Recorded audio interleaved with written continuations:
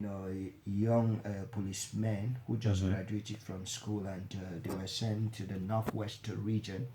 And so why these guys went to defend the colors of the national flag, they went to defend Cameroon, fatherland, and they were discharging their duties. They were mercilessly killed, about five of them. Now, the thing that struck me there was the oldest was born in 1990. Mm-hmm. So you see that out of all the five corpses that were removed from the mortuary that day, all the gentle policemen, all of them were born from 1990 upward. Mm-hmm. So you see that, the young dynamic ones are going on a daily basis. Months back or weeks back, we are talking about Ntiale, you know, and today we are talking about Tata Branti, 7 years old. So you see that most of those who go in this war are the energetic ones, are the future builders, the ones we feel that tomorrow's Cameroon is in their hands. Yeah. 2035, okay, we are in 2021. 15 years or 14 years from now, those are the people. Maybe they should be the presidents of Cameroon, they should be the prime ministers of Cameroon, they should be the ministers of Cameroon, they should be the directors of Cameroon, they should be the engineers of Cameroon, they should be the medical doctors of Cameroon, they should be the journalists of Cameroon. 14 years can produce great people. Mm-hmm. And so every day we keep losing them in war, senseless wars, and all of that. It's really an issue Cameroonians really need to sit and do a rethink, brainstorm, and see where did we go wrong? How did we get here? What did we do wrong? Are the gods angry? What's really going on? Are these people supposed to be dying? Do we need to lose our young ones this way? Think about the future of a nation. Tomorrow, if we are counting thousands that we have lost in this war, then where are we heading to? Okay, come to think about a nation that hasn't lost, a single individual over the past 5 years. Where will they be in the next, 14 years when we are emerging? I think by then, those who never lost their own, they will be far. And so if we keep losing our young ones and we keep playing the blame game, every day, this one is on the wrong, this one is on the wrong, this management is on the wrong, this is on the wrong, I think we are not going to gain anything from it. At the end of the day, nobody is going to win. As I feel, nobody is going to win.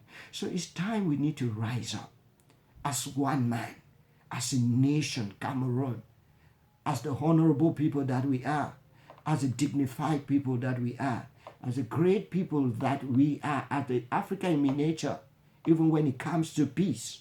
And preach peace, in our bedrooms. Preach peace in our sitting rooms. Preach peace even on the table as we eat. Preach peace in our weddings. Preach peace, in funeral services. It's time no one should be indifferent. It's time, even in maternity halls, we need to start preaching peace. In labor rooms, we tell those kids that are coming, we need to bring peace into this world. That and only that, I think, is going to maybe help us grow, is going to make Cameroon, emerge by 2035. I don't think corpses will make Cameroon emerge. I don't think people in their graves are going to make this nation emerge. I don't think somebody who is mourning the death of our beloved, you got up in the morning and you were struggling to see what Brandy will come back from school and eat. And just to finish with her dish, prepare it and keep, and you're rushing to take the baby from school to find her being paraded along the streets as if it's a trophy won. I don't know which trophy that we are winning. Because it was the same thing in Boya. We saw the skull of the baby, carved out, and we were parading the streets with this, their body like a trophy. Gone are those days when we used to parade our streets with the AFCON, trophy. Gone are those days when we used to parade the streets with Serai Tunde as the winner of the, Cameroon, the Mountain race. mountain race. Gone are those days when we had Eric, we had many of those people that came home with trophies. We paraded our streets, and trophies came home with that great trophy, and we are celebrating. Many people, Isayatu at the helm of the African football, management, at the helm of the world football management, we were jubilating because we were scoring goals out there. But now, do we have to jubilate when we carry our kids along the street, lifeless, they're lifeless corpses? It's quite a regrettable incident. And I think a Cameroonian of goodwill, with the right conscience, wherever he or she is, he should be able to get up and say, enough is enough. We are tired of this. No military man is supposed to die. No Anglophone is supposed to die. Nobody should die. We need to fix this thing. We need to fix what we have spoiled. We need to get up and stop all this. And that we can only be the ones to do it. And so I think little conversations in our beer parlors, little conversations in our churches, little conversations in the hospitals, little conversations even at that store can spark off something.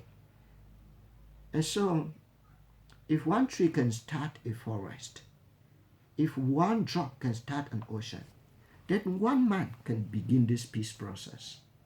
And the better time to do it is now. The best moment to do that is now. And we pray that somebody somewhere will sleep or will go to bed, and instead of sleeping, will be thinking about how do I. Because this thing, I think, it stays on because people are not personalizing it. We are thinking about the collective solution. But I think individually we have a way out of this. How do I, if we are able to put our hands on deck, put our heads together, we will be able to come out of this. Leslie, you're welcome. Thank you very much, sir. What a powerful speech. So, how are you feeling after hearing that another beautiful